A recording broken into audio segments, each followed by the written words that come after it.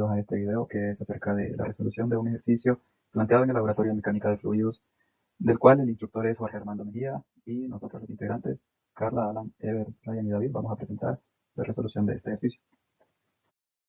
Para empezar, vamos a dar lectura al enunciado del ejercicio y posteriormente vamos a resolver su primera parte. Dice así: considera el flujo de posición flujo entre dos placas paralelas infinitas separadas por una distancia h. La placa superior como la inferior en reposo y un gradiente de presión forzada dp sobre dx impulsando el flujo, como se ilustra en la figura 7, totalmente desarrollado. Dp sobre dx es una constante negativa. El flujo es bidimensional, incompresible y estacionario en el plano xy.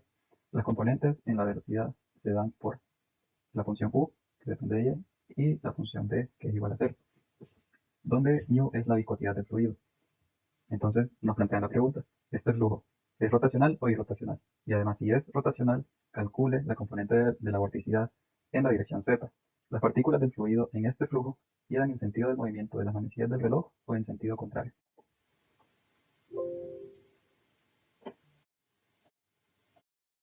Entonces vamos a comenzar desglosando algunos datos que nos da el problema. Para empezar, dice directamente que el fluido es bidimensional, incompresible y estacionario en el plano XY.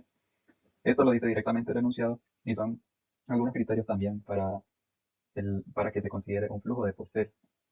Además, sabemos que si un flujo es bidimensional en el plano XY, el vector de vorticidad debe apuntar en la dirección z positivo o z negativo.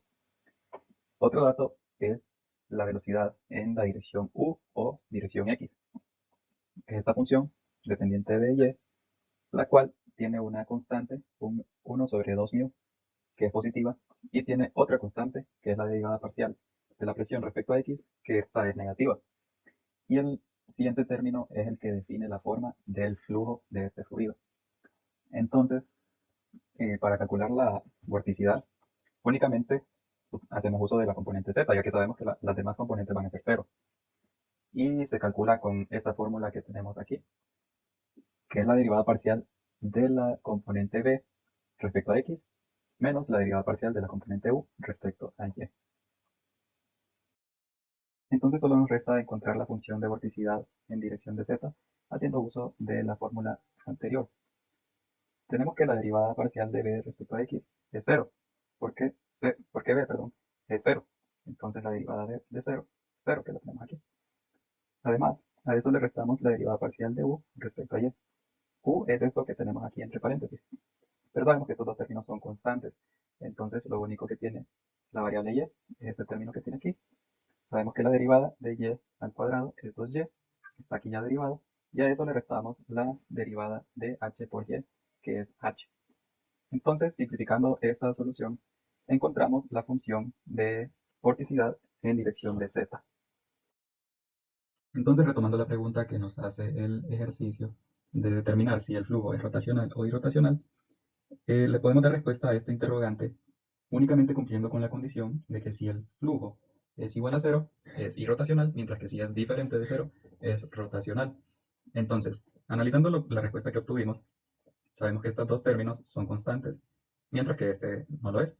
Entonces, en el punto en el que y sea igual a h medios, todo el flujo se va a volver cero. Por tanto, solo en la mitad, entre las dos láminas o placas paralelas, se va a cumplir que el flujo es irrotacional. Para el resto del rango del espacio entre las dos láminas, va a ser rotacional. Muy bien, entonces ahora solo nos resta resolver la otra interrogante de esta primera parte del ejercicio, la cual dice: las partículas del fluido en este flujo irán en sentido del movimiento de las manecillas del reloj o en sentido contrario. Entonces, aquí tenemos de vuelta la respuesta anterior, que es la función de vorticidad. Tenemos que este término de aquí es positivo, este nos dice el ejercicio que es negativo, entonces sabemos que si tenemos este negativo por otro negativo, todo este conjunto es positivo. Y lo único que va a definir el sentido de giro de esta función o de este flujo va a ser este término de aquí. Entonces, sabemos que si es positivo, va a girar en sentido antihorario, y si es negativo, va a girar en sentido horario. Entonces, nada más nos resta descubrir en qué signo tiene este término de acá, porque ese va a definir directamente si es en sentido horario o en sentido antihorario que se mueve el flujo de este fluido. Entonces, por medio de un análisis matemático, utilizando la definición de valor absoluto, vamos a determinar cuándo este término, que es el que nos interesa, va a ser positivo y cuándo va a ser negativo. Porque es el único que nos interesa, porque ya dijimos que estos dos términos son constantes y en conjunto ellos dos son una constante negativa. Multiplicado por este signo menos, nos queda positivo. Entonces, el que va a determinar el signo total de la función de vorticidad va a ser este término que tenemos aquí. Ahora ya tenemos la solución del valor absoluto. Tenemos que cuando y sea menor a h medios, el término va a ser negativo, mientras que cuando y sea mayor a h medios, el término va a ser positivo. Y con esto directamente ya podemos saber en qué sentido irán las partículas del fluido. Tenemos que cuando y sea menor que h medios, las partículas van a girar en sentido horario. Perdón. Cuando y sea mayor a h medios, las partículas van a girar en sentido antihorario, y que cuando y sea igual a h medios, las partículas simplemente no van a girar. Entonces, realizando un pequeño análisis de esta primera parte del ejercicio, inicialmente nos dicen que tenemos estas dos láminas paralelas y en medio este fluido. Entonces, este básicamente es un gráfico de perfil de velocidad del fluido que tenemos aquí, donde la presión es constante y además se cumple que el fluido es newtoniano, laminar e interno, que son las condiciones para que se cumpla un flujo de Poiseuille.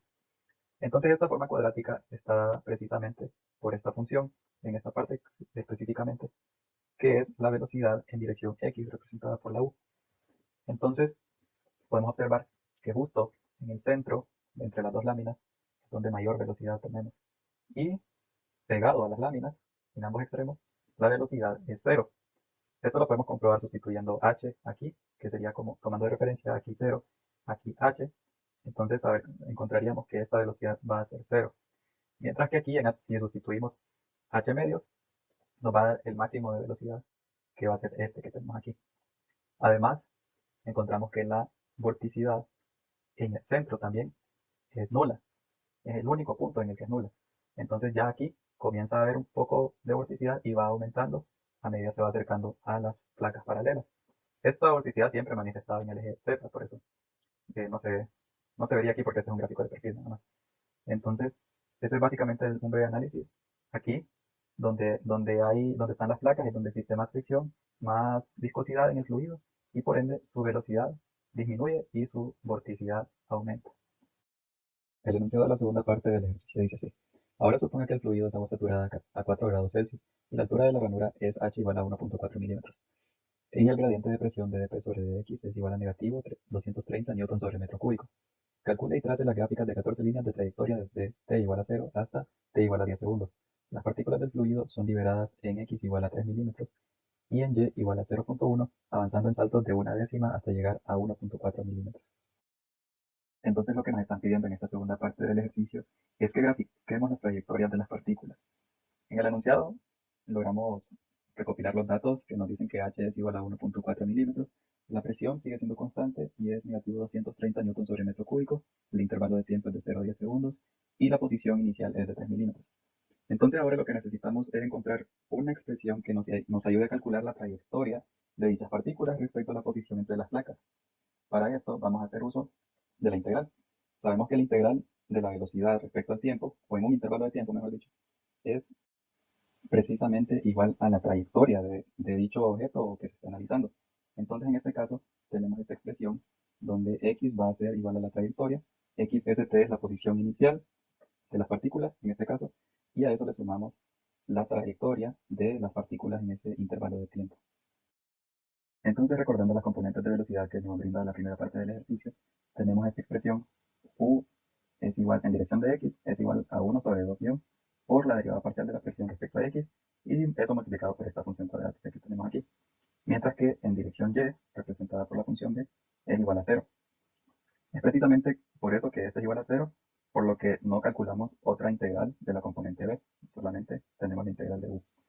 Entonces procedemos ya con esta expresión a sustituirla, la función u, y tenemos esto que nos queda aquí.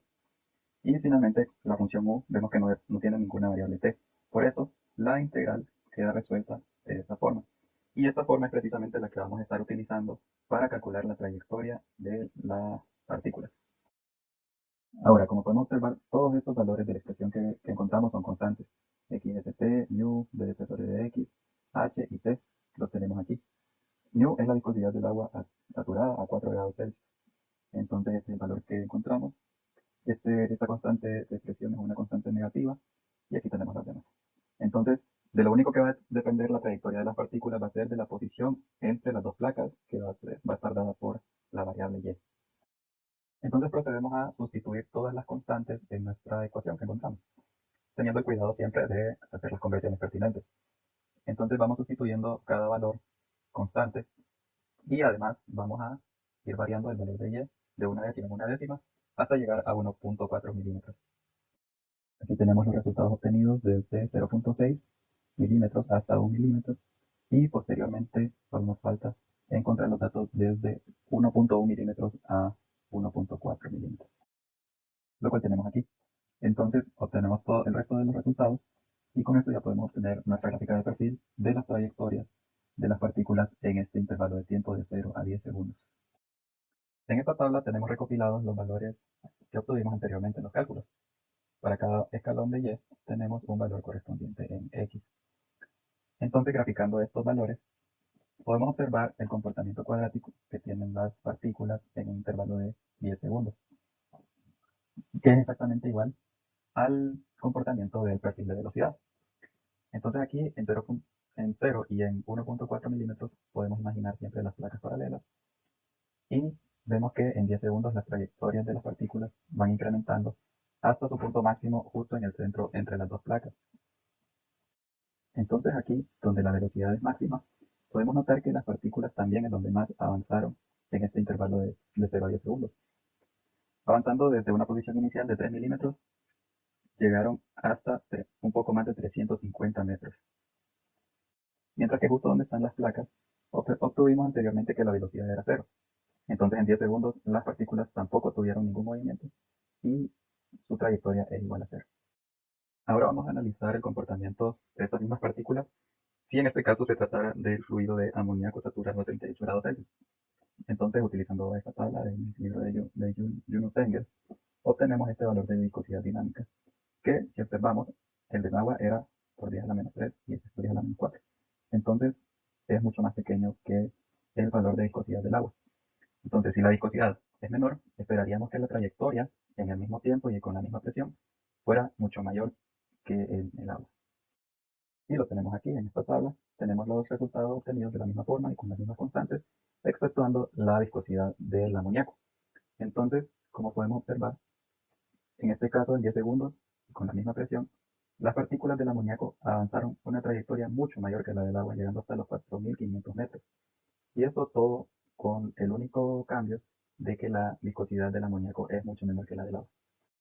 Entonces aquí tenemos las dos gráficas del agua a 4 grados Celsius y el amoníaco a 38 grados Celsius, donde podemos observar que el agua tiene una trayectoria en 10 segundos de alrededor de unos 350 metros en su zona más veloz, mientras que el amoníaco, ya que tiene una viscosidad mucho menor, avanza a una trayectoria en el mismo tiempo mucho mayor, que anda alrededor de los 4.500 metros. Sin embargo, podemos observar que sus comportamientos cuadráticos son exactamente iguales, ya que las demás constantes, como la presión y la velocidad, son las mismas. Ahora, retomando el agua saturada a 4 grados Celsius como fluido entre las placas, vamos a analizar qué pasa con estas trayectorias de partículas cuando la distancia entre las placas se va modificando. Entonces, como podemos observar en este caso, tenemos que la distancia entre las dos placas es de 2 milímetros. Y el valor que vamos a utilizar como referencia es este valor máximo de trayectoria, ya que el comportamiento ya observamos que sigue siendo cuadrático. Entonces, esta es la gráfica obtenida para una distancia entre las placas de 1.6 milímetros. Esta otra es la distancia para 1 milímetro. Y finalmente, esta es la distancia entre placas de 0.8 milímetros.